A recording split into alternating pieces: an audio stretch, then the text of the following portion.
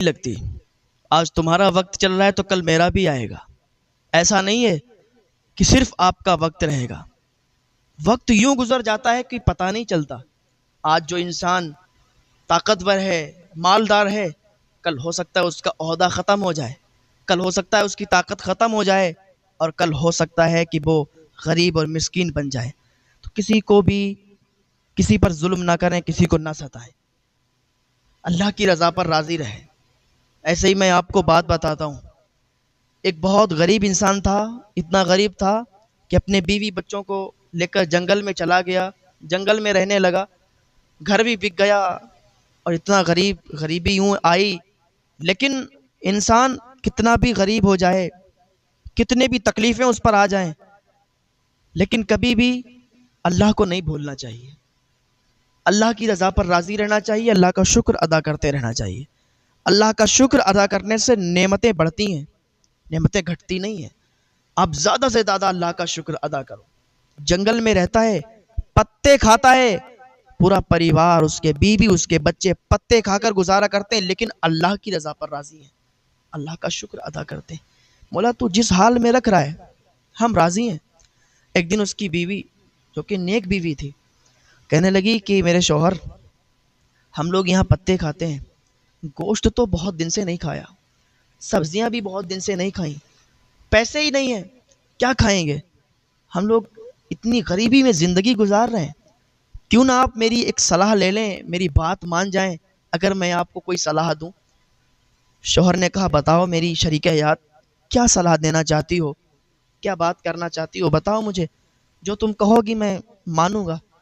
اس نے کہا سنو، فلاں جگہ ایک شہر ہے، اس میں ایک بہت بڑا مالدار رہتا ہے، بہت بڑا آدمی رہتا ہے. اگر آپ میری بات مانیں تو اس کے پاس چلے جائیں. اس کے پاس جانے کے بعد اس سے کہیں کہ کچھ ہماری مدد کر دے. ہو سکتا ہے وہ ہماری مدد کر دے، کیونکہ جو امیر ہوا کرتے ہیں تو ان کے لیے تھوڑے بہت پیسے ماننے نہیں رکھتے. اب وہ غریبوں کی بہت مدد کیا کرتے ہیں. تو میں نے سنا ہے کہ فلاں شہر میں وہ ایک بہت مالدار رہتا ہے، وہ لوگوں کی مدد بھی کرتا ہے، ہو سکتا ہے آپ کی مدد کر دے. تو اس کے شوہر نے کہا میری شریک حیات ایک بات بتائیں. کہا بتاؤ. کہ یہ مالداروں کے چوچلے بڑے عجیب ہوتے ہیں، زیادہ بہتر رہے گا کہ ہم اس کے پاس نہ جائیں. ہم جائیں گے، اگر اس نے منع کر دیا تو اچھا نہیں لگے گا. اس نے کہا آپ جا کر تو دیکھو. کہا اگر وہ اتنا ہی مالدار ہے جو سب کی مدد کرتا ہے، اگر اتنا ہی مالدار ہے تو پھر ہم غریب کیوں ہیں؟ اگر وہ اتنا مالدار ہے تو زکوٰۃ نکالتا، صدقات عطا کرتا، فطرے وغیرہ دیتا ہم لوگوں کو، ہم غریب ہیں، ہماری ایسے ہی مدد کرتا اگر وہ اتنا ہی مالدار ہے، اتنا ہی دل والا ہے. اس کی بیوی نے کہا میرے شوہر آپ اتنا مت سوچیے، آپ اس کے دروازے پر جائیں گے تب تو نہ آپ کو دے گا، یا ایسے ہی آ کے دے گا، آپ بحث مت کیجیے، جائیے. بیوی کی یہ بات سنی، کہا ٹھیک ہے تمہاری مرضی ہے تو میں جاتا ہوں. ٹھیک ہے تم نے کہہ دیا تو میں جا رہا ہوں، لیکن میں اپنی مرضی سے نہیں جا رہا. مجھے تو بڑا عجیب لگ رہا ہے اس کے سامنے سوال کرتے ہوئے، اس سے مانگتے ہوئے. نے کہا میرے شوہر، میرے سرتاج، آپ جائیے تو صحیح، اس سے مانگیے تو صحیح، وہ ہو سکتا ہے دے دے، اور ہم یہاں پتے کھا کر گزارا کرتے ہیں. اتنا تو ہو جائے گا کہ ہم ایک ٹائم گوشت سے روٹی کھا لیں گے، سالن سے روٹی کھا لیں گے، پتوں سے تو نہیں کھانا پڑے گا. ٹھیک ہے جا رہا ہوں. اس نے کہا. وہ شہر پہنچا، جانے کے بعد اسی مالدار انسان کے دروازے پر پہنچ گیا. دروازہ کھلا ہوا تھا اور مالدار انسان وہاں پر نہیں تھا، موجود نہیں تھا، کوئی نہیں تھا، بس دروازہ کھلا تھا اور 4-5 کتے وہاں پر بیٹھے ہوئے تھے اور کچھ کھا رہے تھے. اس نے دور سے دیکھا یہ کیا چیز کھا رہے ہیں کتے. جیسے ہی آگے بڑھا تو اس نے دیکھا کہ گوشت کے ٹکڑے پڑے ہوئے تھے، پکا ہوا گوشت تھا، گوشت کے ٹکڑے پکے ہوئے اور وہاں پر پڑے تھے، اور کتے وہاں پر نوچ نوچ کر کھا رہے تھے. کافی گوشت کتوں کے سامنے پڑا تھا. اس نے دیکھا تو اس کی چیخ نکل گئی کہ ہمارے بیوی بچے اور ہم پتے کھا کے گزارا کرتے ہیں، مالداروں کے کتے بھی یہاں گوشت کھا رہے ہیں. جیسے اس نے کتوں کو گوشت کھاتے ہوئے دیکھا تو کتوں کی طرف بڑھا. دل کیا کہ ان کے ساتھ بیٹھ کر پہلے میں بھی کھا لوں. سوچنے لگا یہ کتوں کے پاس جاؤں گا یہ تو چیر پھاڑ دیں گے، کیونکہ ابھی ان کے سامنے گوشت پڑا ہوا ہے. اور کتے کی یہ فطرت ہوتی ہے، کتا حسد کرنے والا ہوتا ہے. کتے کی یہ فطرت ہوتی ہے کہ کتے کو اگر گوشت مل گیا، کتے کی کوئی چیز مل گئی اور وہ کھانے لگا، تو اس میں کسی دوسرے کو پھر شریک نہیں کرتا ہے، اکیلے ہی کھاتا ہے، تو بڑا ڈر بھی لگ رہا تھا، لیکن بھوک بھی بہت تیزی کے ساتھ لگی تھی، اور بہت دن ہو گئے تھے اس نے گوشت کھایا بھی نہیں تھا۔ تو جب گوشت دیکھا تو منہ میں پانی آ گیا۔ اس نے کہا چلو اپنا جو کام ہے، جو ہم جس کام سے آئے یہ بعد میں دیکھیں گے، پہلے تو کھانا کھا لیتے ہیں۔ 4-5 کتے بہت ہٹے کٹے اور گوشت میں لگے ہوئے تھے، گوشت نوچ نوچ کر کھا رہے تھے، اپنا پیٹ بھر رہے تھے، بہت زیادہ گوشت پڑا تھا۔ اس سے رہا نہیں گیا، اس نے کہا چلو ایک ہی کام ہوگا، یہ تو کتے مجھے مار دیں گے، یہ تو مجھے کھانا کھانے کے لیے جگہ دے دیں گے، یہ تو مجھے کھا لینے دیں گے۔ تو کیا کیا، کتوں کی طرف بڑھ گیا۔ تو جیسے ہی کتوں کی طرف بڑھا تو کتے بھی دور ہٹ گئے۔ اللہ جس سے راضی ہوتا ہے نا، راستے بناتا جاتا ہے اس کے لیے۔ جیسے ہی گوشت کی طرف یہ بڑھا، جو 4-5 کتے تھے دور جا کے بیٹھ گئے۔ اب یہ وہاں پر بیٹھ کے اور گوشت کھانے لگا۔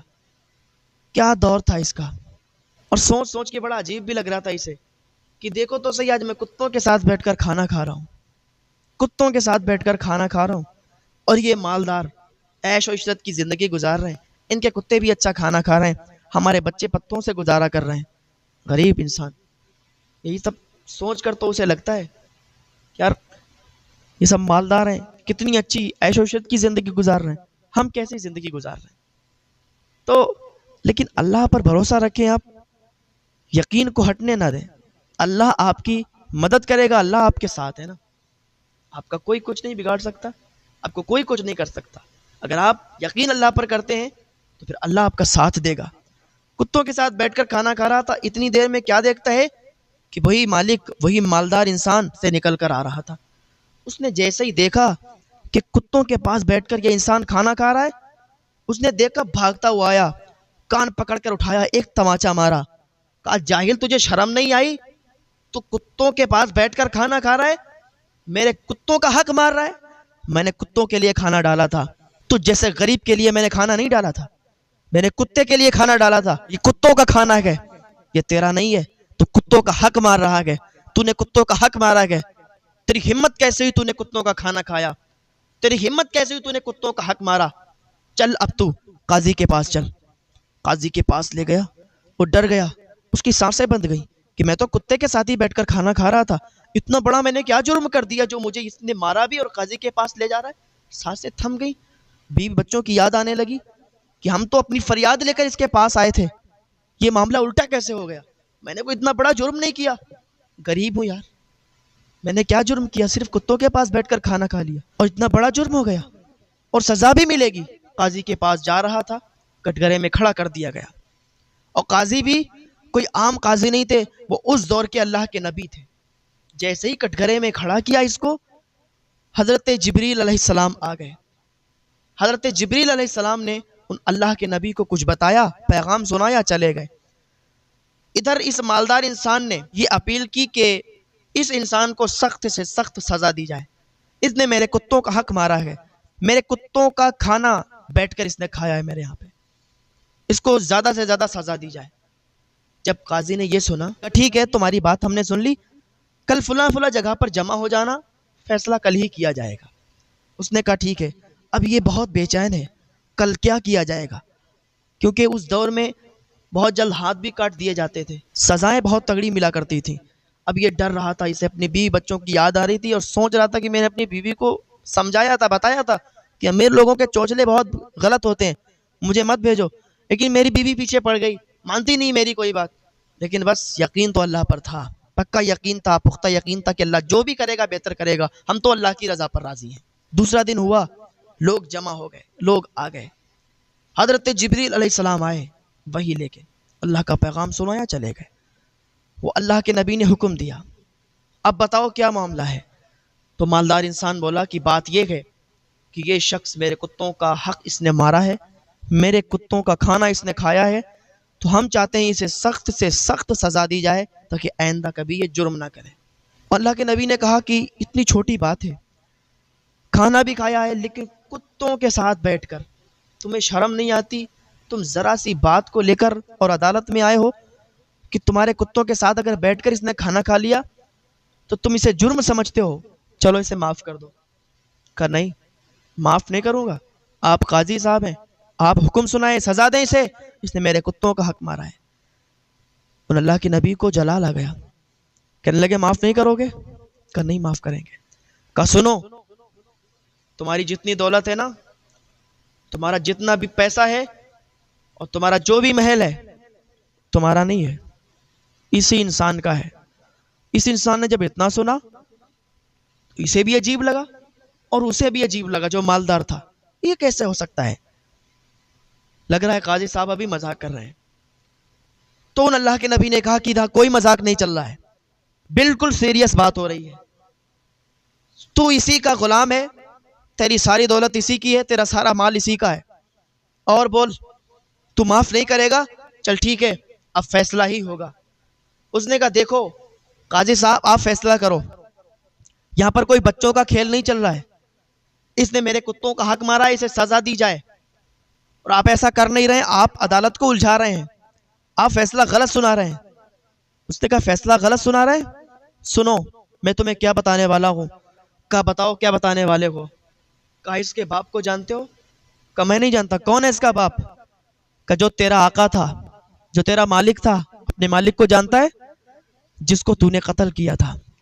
ایک دن بھری دوپہری تھی، اس کا باپ اور تیرا مالک، تیرا آقا بہت زیادہ مال لے کر اونٹوں پر سوار کر کے اور جا رہے تھے، تم اور وہ دونوں اکیلے تھے، تمہارے ساتھ اور کوئی نہیں تھا، مال بہت زیادہ تھا، تیری نیت بگڑی، تو نے سوچا کہ مال زیادہ ہے، بازار میں لے جا کر اسے فروخت کر کے اور اس کو یہیں پر مار کر کے سارے مال پر قبضہ کر لیں گے اور سارا مال اپنا ہوگا، سارا محل اپنا ہوگا، ہر چیز اپنی ہوگی۔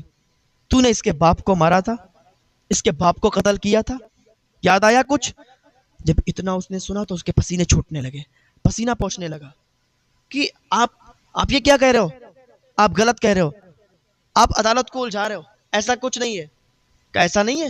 اللہ کے نبی نے کہا جھوٹ بولتا ہے۔